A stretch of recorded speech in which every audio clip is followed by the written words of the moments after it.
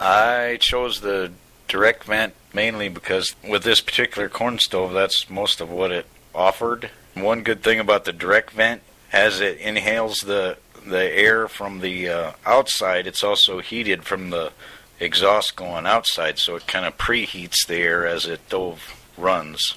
Advantages of the direct vent is, for the most part, you can put the stove anywhere that you want to put it, at least as whatever your house will allow.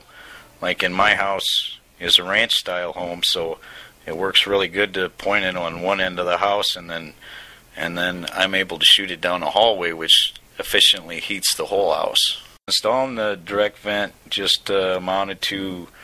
drilling a 5-inch round hole in the side of the house and installing a piece of double-walled pipe and just doing what it took to finish up the drywall on the inside and the siding on the outside. This particular draft kit is called a negative draft kit, and it allows you to burn pellets as well as corn or other multi-fuels. And because of that, the exhaust motor is mounted to the outside of the stove, where if you're strictly burning corn,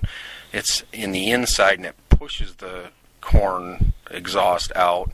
where this negative draft kit actually draws it out of the stove from the exterior of the stove instead of being internal. So there is a difference in the kits, and this is the type you have to have if you're burning pellets. The biggest advantage is the setup was closest to the fireplace,